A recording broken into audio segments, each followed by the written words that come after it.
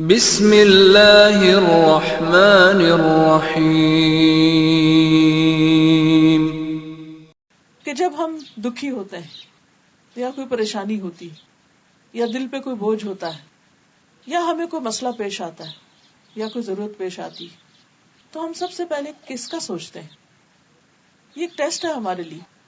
ہمیں سب سے پہلے اللہ سبحانہ وتعالیٰ کے بارے میں سوچنا چاہیے کہ وہ ہے نا.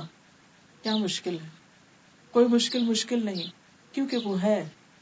جب لوگ سو جاتے ہیں وہ اس وقت بھی جاگتا ہے، جب لوگ بھول جاتے ہیں وہ اس وقت بھی یاد رکھتا ہے، جب لوگ ناراض ہو جاتے ہیں وہ اس وقت بھی ہماری سنتا ہے.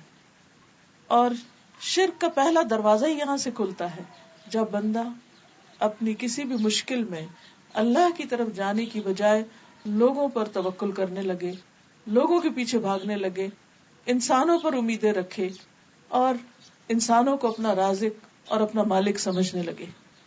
کوئی انسان ایسا نہیں کہ جو ضرورت مند نہ ہو. کسی بھی انسان سے جا کر مل کے دیکھیں، چاہے کوئی غریب ہو یا امیر، دنیا کے غریب ترین انسان کو بھی اور امیر ترین انسان کو بھی اور ان کے بیچ کے بھی لوگوں کو، سب کے سب محتاج، سب کے سب ضرورت مند ہیں. اور سب کی ضروریات صرف ایک رب ہی پوری کر سکتا ہے، کوئی بندہ نہیں کر سکتا. اس لیے لازم ہے کہ ہم اول و آخر اسی کو پکارے، اسی کی طرف رجوع کریں کہ اللہ تعالیٰ ہے اور وہ سنتا ہے اور وہ مشکل آسان کرے گا اور ضرور کرے گا، کیونکہ ان اللہ علی کل شیء قدیر، بے شک اللہ ہر چیز پر قادر ہے. اسے کسی سے مشورہ نہیں کرنا، اسے کسی سے مانگ کے نہیں دینا، کیونکہ سب چیز اس کے کنٹرول میں ہے، اس کے اختیار میں ہے. نوح علیہ السلام کے بارے میں قرآن مجید میں آتا ہے سورۃ الصافات 75، وَلَقَدْ نَادَانَا نُوحٌ وَلَنِعْمَ الْمُجِيبُونَ، اور البتہ تحقیق نوح علیہ السلام نے ہمیں پکارا تھا جب لوگوں نے انہیں انتہائی تنگ کر دیا اور ان کی بات مان کر نہیں دیتے تھے، تو اس مشکل میں انہوں نے ہمیں پکارا تھا. وَلَنِعْمَ الْمُجِيبُونَ، ہم کتنا اچھا جواب دینے والے ہیں. اللہ نے ان کی دعا سنی، بہترین طریقے سے سنی، دعا قبول کی اور ان کی مشکل آسان کر دی.